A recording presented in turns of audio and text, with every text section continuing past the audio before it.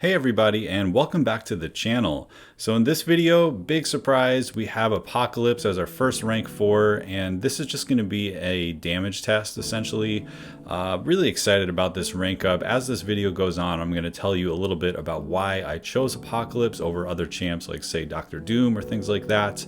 But just looking at this fight in particular, we're not really showcasing much in terms of utility.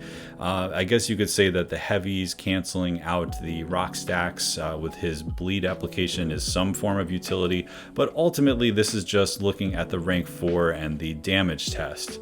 So he is synergized up. He has Cable, which gives him the 4 genetic code to start, which of course you need if you're not going to ramp him up. He has Strife, which is the most important synergy for damage in long form content. Basically, anytime you throw a special 1 or a special 2, you're going to be increasing the red direct damage that he inflicts on them when he, basically when they have debuffs on them, you get some extra damage while you throw the special attack, and that number goes up by 25%, and it stacks every time you throw a special 1 or special 2. It maxes out after you've thrown 12 of these specials to 300% extra damage. So you will see that by the end of this fight, the red numbers are cresting like almost 20k, which is an amazing amount of damage in a long fight. A lot of people know that Strife is really good for the long form content, but Apocalypse can really hold his own with the Strife synergy, and that was actually one of the reasons that I considered him as a rank 4, is that if another Abyss type thing comes out, Apoc has a lot of utility, but when it comes to damage in these long fights, it's actually more than most people realize when you run the Strife synergy. The other synergy that I have is one of the Romance synergies, so we're having some extra power gain. Just means we're going to get more specials.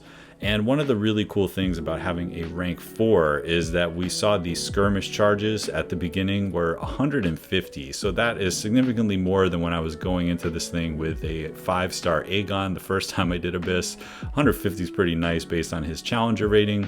As you can see, we just threw the special 3, so now we have locked in our debuffs. They have more potency, which means that the damage that is ticking off of the degen and the poison is going to be a little bit greater. As you can see it ticking in the thousands, I believe. And then we're going to be just spamming special 1s because, this isn't the way that you play Apocalypse normally. But since it is the Abyss and we need to conserve our hit count and just wanted to see how much damage per hit and how long this fight would take, that's why we're doing that. But really quick, back to the synergies. I mentioned one of the Romance synergies. It was just Archangel and Psylocke. It's an interesting team, and it is actually a practical team to bring into a quest if I had Psylocke ranked up, because it's basically the more mutants you have on the team, the more benefits to attack that you get for Apocalypse. And additionally, basically everyone that I brought on has a cool synergy with Apocalypse. They could become a horseman for a specific fight, things like that. So, it's not the most unrealistic team, but, I'm not also going to shy away from the fact that I'm trying to maximize damage here. So as this fight is playing in the background, I just want to tell you a little bit about why I chose him as a rank 4. When it comes to prestige, a lot of people are like, oh, Surfer and Doom have to be your first rank 4. I mean, I don't know who's saying that, but there's sort of like a vibe that you should be going with the highest prestige. But the thing is, at least for now, and this may change soon after the gifting event, because I saw some of those rewards before I started recording this video, so this might be a moot point. But currently most people have access to one rank 4 if they've sort of been sweaty tryhards and gone for like a lot of content and maybe spent a little bit in the game. But currently your rank 3s are still going to be calculating into your prestige for a while. And because of that, the rank 3 Surfer and the rank 3 Doom that I have are still going to be pulling their weight for quite a while. They're going to stay in my top 5, and eventually I will take both of those up to rank 4. But currently Apoc is number 15 overall in prestige. That's where he sits today. This is December of 2021. And in terms of mutants, he's actually second mutant from the top. Only Namor is ahead of him. I do have Namor as a rank 2, I think, but he's not max sig. And also just utility wise, I would much rather have Apoc as my first rather than Namor. Namor could eventually go up in the future, but you know, I'm not super excited about having my one and only rank 4 be Namor, if that makes sense. So Apoc is one of those champs that he falls sort of in like the 15.6k range for his prestige, which a lot of champs lump into that. Being 15th from the top, it definitely doesn't hurt my account because I'm not going for like perfect top 5 prestige here. I'm just trying to rank up champs that make sense, that have decent enough prestige. So that was the prestige consideration with Apoc. Additionally, you know, in terms of just being a versatile lane clearer for most content, he did stuff in Gauntlet for me. He did stuff in the Summer of Pain for me.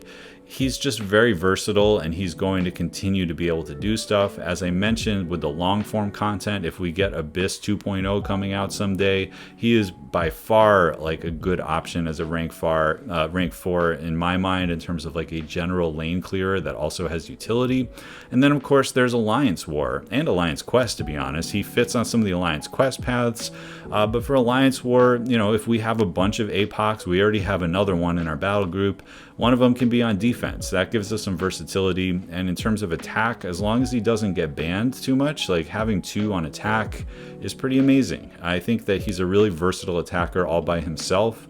I have Archangel, I have Cable already ranked up. I have Professor X as a rank 3 as well. So lots of interesting team building that can go into that. And yeah, that was sort of my rationale behind it. Dr. Doom is a wonderful champion. He's Sig 200. His prestige is higher, but it wouldn't have really changed my overall prestige too much if I swapped one or the other. And I think for sure Dr. Doom is going to be either next or number 3 whenever we get more rank 4 materials. So he will definitely have his day, and I can see the value in a rank up like that. He's working quite well for me as a rank 3 currently though, so it's going to all work out. But as this fight is starting to come to a close, you know, the only thing that started to become an issue in the second or the first Enrage portion, the skirmish charges turning into warfare charges or whatever it's called, I might have gotten that backwards, is that he gets increased ability accuracy. So in the first part of the fight, our concussion was actually doing some work to prevent some rock stacks from forming. But in the second portion of the fight, he basically has increased ability accuracy. So I do have to keep track of the rock stacks. So you may have seen earlier, I had to push him to exactly 15 and bait out a special attack. But now you can see that we are up to like over 17k, like 15k type numbers on these attacks, and it's looking pretty awesome. So I'm gonna just let this thing finish off, and we'll see some stats at the end. We had about 50 skirmish charges remaining at the end, which was pretty awesome to think about going into Thing, who was really difficult to solo with, you know, 5-star champs back in the day, and then finishing him in 241 hits and still having 49 skirmish charges left to play with. Pretty awesome. So you'll see the stat breakdown now, and that's going to do it for today. More Apoc rank 4 stuff will be coming, but this initial damage test is out, and thanks for watching. I'll catch you guys in the next one.